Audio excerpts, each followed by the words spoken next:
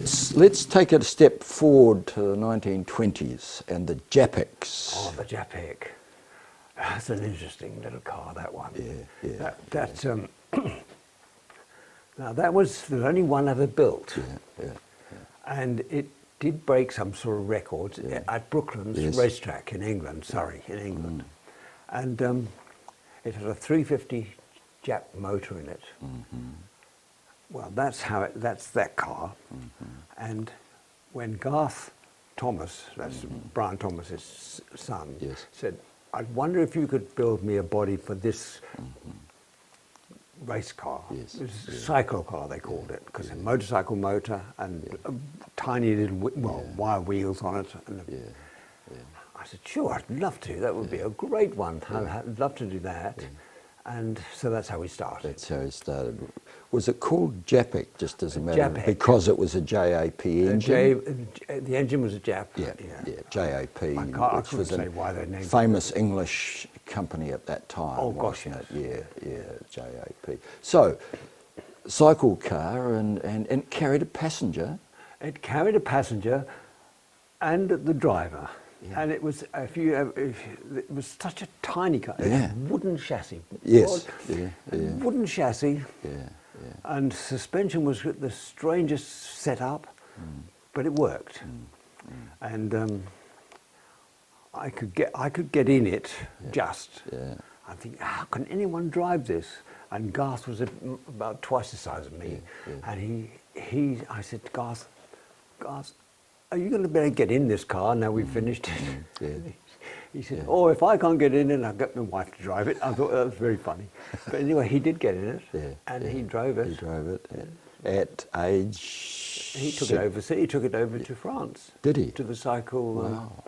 What was it? What circuit was it? I'm not sure, but I can't remember the circuit. But he took it over to France to a cycle car meeting, which is pretty big. Am I right in thinking the original built in the 1920s was destroyed by fire? I don't know what happened to the That original. was my understanding from our research, and that all you had therefore to work on was a photograph. Absolutely. But they had movie footage from Brooklands, which was really good. You could freeze the frame and see it. And we worked pretty hard at getting it the exact as possible. And believe it or not, when we were doing that car, somebody else in England was building another replica, a Jappic replica. So Garth and the chap in England were communicating with each other. But I don't think the chap in England was really as determined to get it original. He got it working, but I don't know. I didn't know him or anything, but it's just interesting that two people in the world copying one car that was from Brooklyn. So that was very much a Steve Roberts, Bryan Thomas partnership. Now Bryan, what an engineer! Wow, what a talented man he was. He is. But he had the Jap motor, and he had to modify it to make it exactly as it was in the 1920s or 30s. And he castings and all, you wouldn't believe what he did to that motor. You look at it, and it's absolutely brilliant. One of the things Bryan said to us is, I do machines. When I go to Steve's workshop, I don't see any machines, and there's a roller. So I guess this is it here. Well, the wheelie machine, that's great. So he was astounded at a lot of bits of metal have gone through these wheels. When I was an apprentice, we had about 10 of these lined up in the aircraft factory. And the wheels were like chrome plated. They were polished to perfection. And if you worked on them, you had to really be very, very careful. Everything was clean, no muck on the job, This is with with the aircraft. Did you have an aircraft? When I was learning my trade. You look at my wheels; they're terrible. But I only use this for roughing out. The real experts use it for finishing, which is. But I've never been that clever. I haven't. I just use it to get the right shape and then finish it off by metal finishing with a file and knocking the dents out, filing it up, sanding it off, making it look beautiful. But in Britain, Well, any of the, like in New Zealand, so many guys in this country are so clever. Yeah. They finish with the wheeling machine. Right.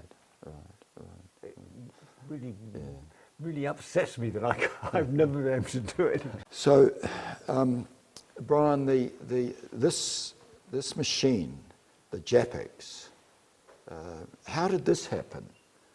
And can I just ask you to describe the experience of working with Steve Roberts in terms of you're the parties who are working with machines.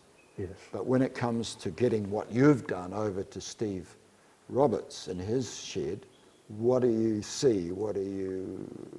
Well, I'm astounded what he can do without seeing much in the workshop. Not much machinery. No, a rolling machine, or wheeling machine as they call it, and a series of hammers and that type of thing. Yeah.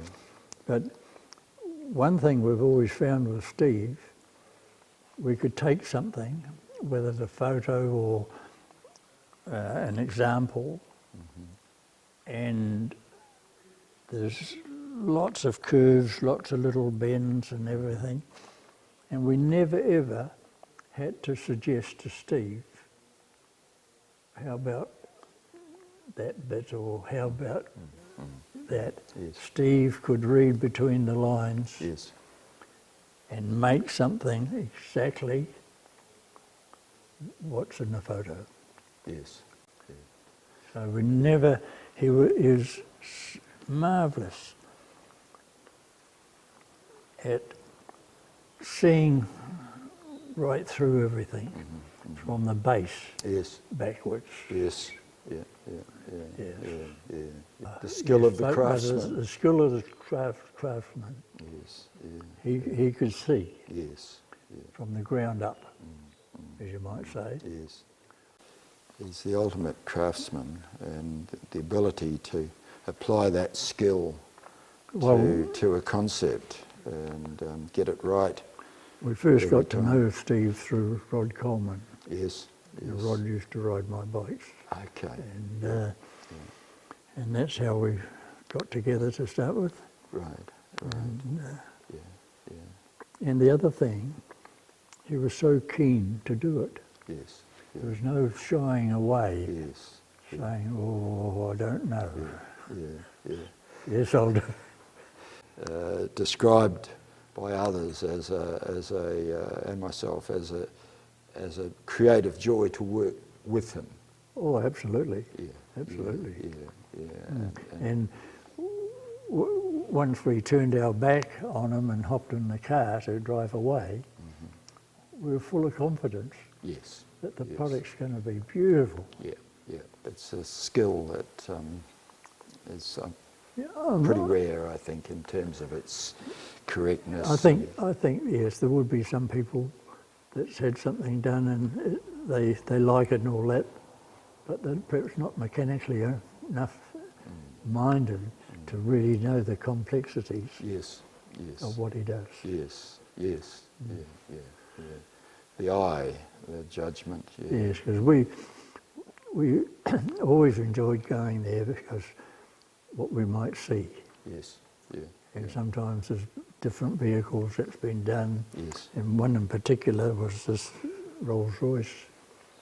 It's beautiful, but if you'd seen it before he started on it, and then the little tricky bits he had to do to get the final product to look right, Yes.